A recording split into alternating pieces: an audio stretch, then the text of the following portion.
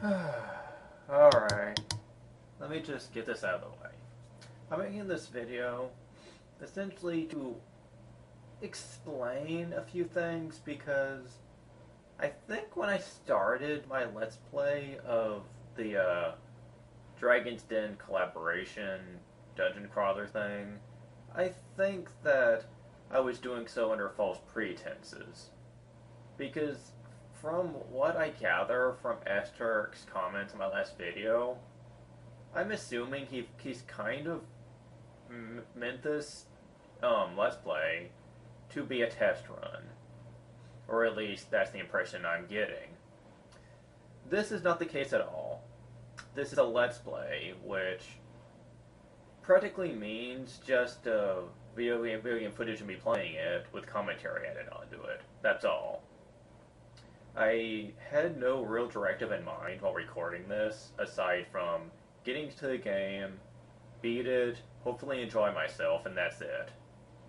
I had no real alternatives to this, except maybe if I got to a part in a game that I thought was too hard for me, which happened several times throughout the game, then I would try to find alternatives to get through it, while keeping the game entertaining at best.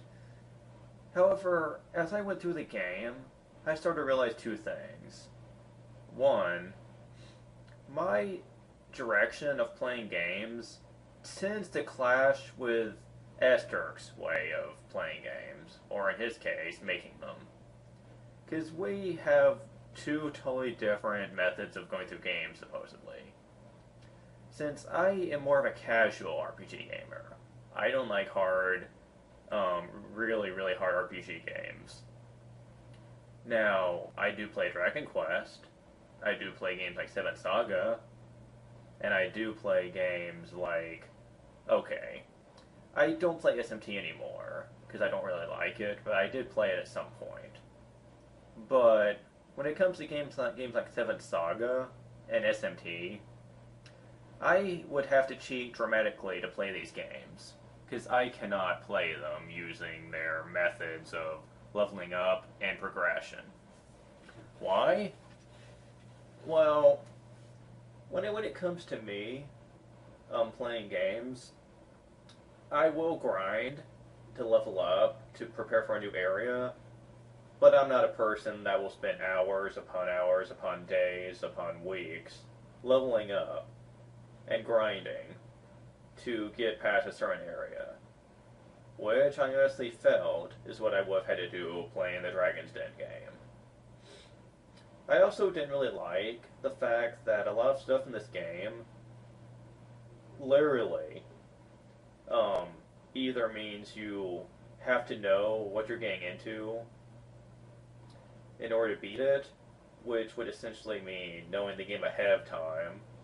And as you recall, I did design this to be a blind run, so that was out of the question for me. Or if you do miss something, you have to backtrack a lot, which is another thing I've already mentioned multiple times that I hate in RPG games.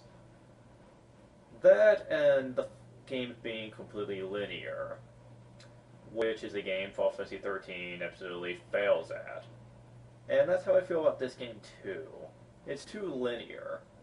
The game actually goes through a single dot line path, for the most part. There are some sections that are intertwined, but there's not enough of them. And this part of the game really bored me. Also, Ester did make it clear that this was meant to be a dungeon crawler, which I'm fine with. I mean, I've already explained that I like these types of games. But the problem is the type of game that this game is it's a dungeon crawler, but it has none of the really dungeon crawler elements to it that people really like.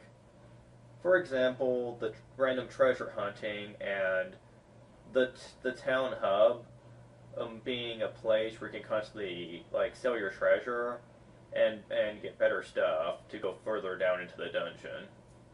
This is something I really missed in this game because it really intertwined with another reason why I really couldn't play this very well without having prior knowledge to it.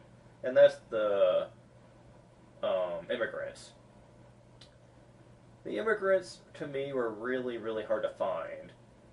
I think I know where they all are now, now that I've been in the game a couple more times, but when I first played it, I had no idea who I was missing. And I would have had to like backtrack quite a bit to figure out who this immigrant was, and I didn't want to do that.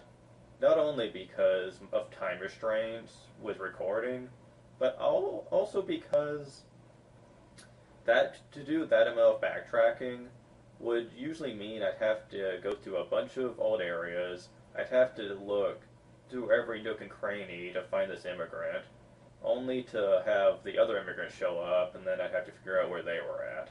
It was just a mess for me, and it really did hold me back quite a bit.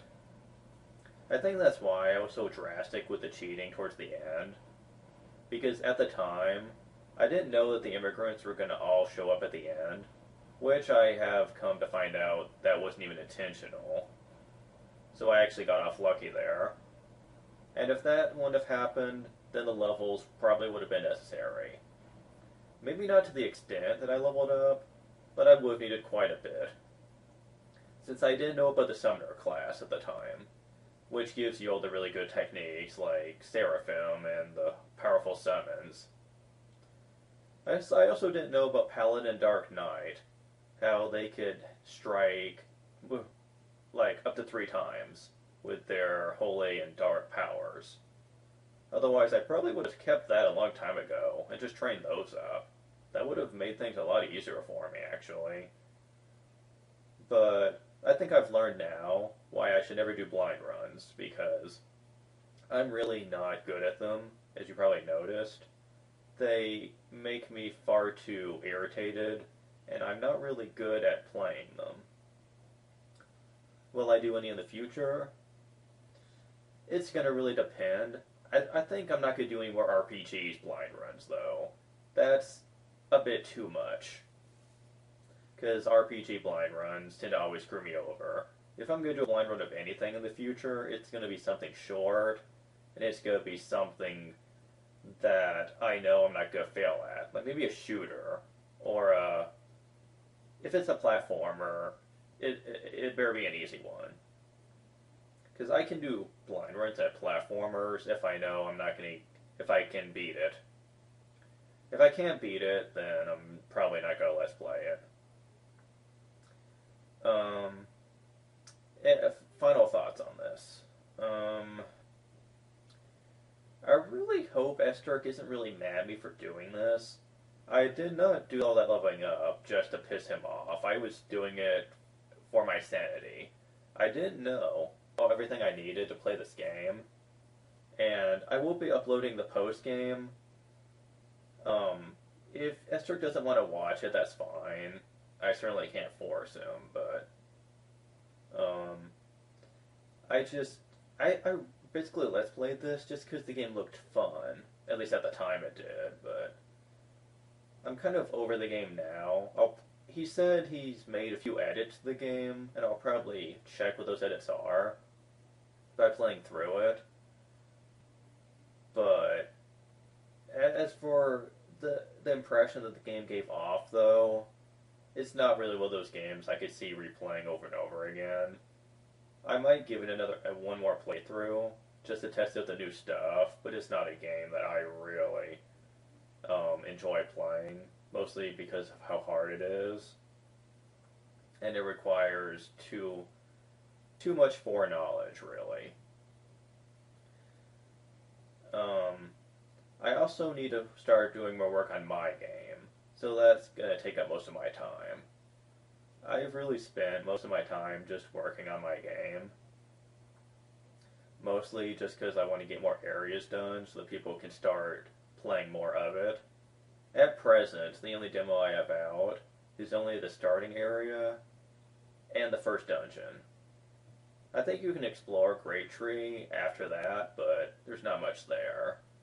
Because I haven't done much work with Great Tree, I haven't done much work with the dialogue, I haven't done anything with the second dungeon yet, outside of meeting the new character, which most of you probably know who that's going to end up being anyway.